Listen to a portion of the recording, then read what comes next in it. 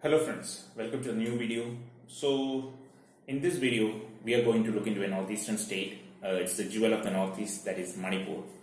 On the last two videos we are looking into two states. One was Mizoram and another was Arunachal Pradesh. So we will see about how the journey was made into Manipur, the important places and all.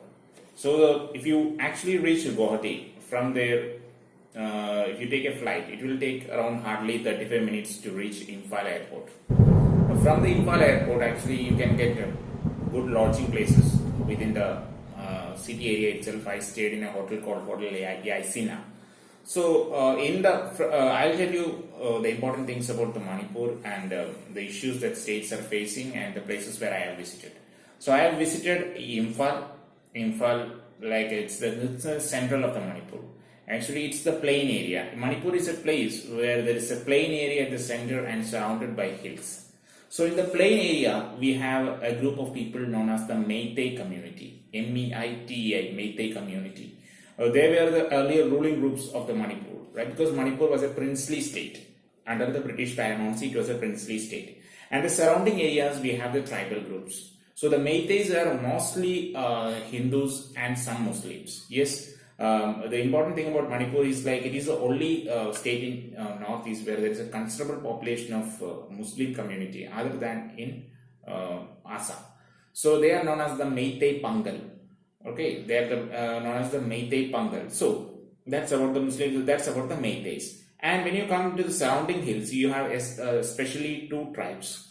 You look into the northern side of the Manipur, in places like Ukhrul and all, it's in the hilly area, you find the Naga tribes. And if you look into the southern side of Manipur, you have the Kuki tribes. If you see the areas like Churachandpur and all, you see the Kuki tribes.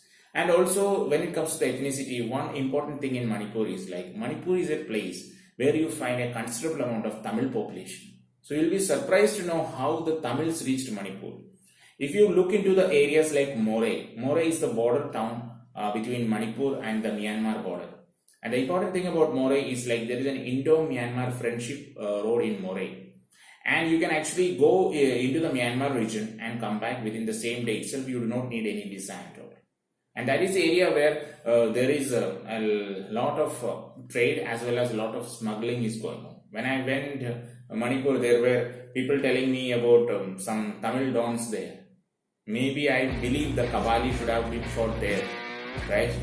In a lighter sense, because if you see a group of Oriental people on one side and the Tamils on the other side, although Kabali was shot in Malaysia, but here it could have been an ideal location. Anyways, so moving forward, so the places I visited was the central Imphal that I told you. In Imphal you find the Kangla Fort. Kangla Fort is the earlier the princely fort of the Manipur kingdom. And that is where, if you remember the news, where a group of women made a naked protest against the Indian army, right? That was regarding some of the malicious incidents that had happened due to the army intervention. A few women were molested and all. So that had created an international outrage at that time. And when you go into the Ukhrul area, as I told you, you have the Naga tribes, very beautiful hill station. But other than in the central Manipur, central Imphal region, the roads are not that good. But the Imphal is actually, they have maintained it really well.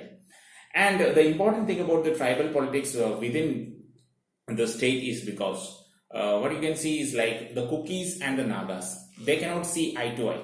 Because if you look into the 1990s, earlier 1990s, 1991 and 92, the Naga militant groups called NSCN, National Socialist Council of Nagaland, had actually wanted the northern Naga part also to be made into a separate Nagaland or a greater Nagaland. And subsequently they had attacked the Kuki tribes. So there is a tribal conflict between the Nagas on the northern side and the Kukis on the southern side. Why I say is because I was very surprised to know, like when I had gone there and visited to take classes there, right, I saw a Naga guy who said like in his entire life, he's at least in his mid-40s. He told me like in his entire life, he has never visited the Kuki region in the south because he really felt threatened there. That will be really I was very curious, or I can say very surprised, because it's hardly around maybe 200 or 300 kilometers within the same state, but one tribal has not gone to the other region. That shows the issue of an tribal conflict there. And if you look into the southern parts like Churachandpur is famous because Mary Kom is also from that region, right? It's a very comparatively backward region. And if you go from Imphal to Churachandpur, it's a very good drive. Unlike you're going into the north like Ukhrul, Churachandpur is a very good drive. The reason is because it is closer to the plain area. Churachandpur is not exactly a hilly area. Okay, and while we are going into the Churachandpur is the place where you see there is a war memorial that has been built by the Japanese. And if you can reach, you can see there. I'll be putting some photos also. You can see there the Japanese script, and it is where a few Japanese soldiers had died while the Indian National Army (INA) had come there to fight against the British India during 1944-45 time, the Battle of Red Hill. So that memorial is there.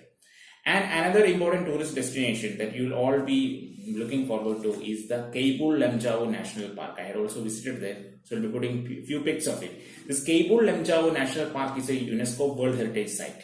And the important thing about the Keibul Lamjao National Park is it is the only floating national park in the world. That is because it has some islands known as fumits, right? And within that islands, you see this particular kind of a deer called the Sangai deer, and this Sangai deer is a state animal of Manipur. And like many states having their own tribal festivals, Manipur also has its own tribal festival known as the Sangai festival, right? And also the tribal areas have their own tribal festivals like the Shru Lili festival, for example, for the Kuki tribes. So this is the thing about the Manipur. And whenever I have visited Manipur, it has always fascinated me because the architecture, the culture, in a way, it resembles Thailand in many ways. Especially when I visited the Kangla fort, I could actually see that very well because I see an Indian version of culture with an Oriental race. That is the reason why I was able to see the similarity with Thailand. Although Thailand it is more Buddhist, the thing I find different here is like it is more Hindu, I see. Hindu, that is in the Manipur region. So, although the state is actually facing so many ethnic tribes because within the tribals also they had problem, and there is an issue between the Meitei, that is the plain area people, and the tribals also. So, these issues are actually troubling Manipur in many ways. So, the region is developmentally very skewed. So, the people from these areas has to come to the mainland in a large number for opportunities. So, I hope in the long run Manipur will become a better prosperous state because of the natural beauty it has, and also the people. So thank you for listening to me. In the next video, I'll be coming with another northeastern state. Stay tuned and stay safe. Thank you.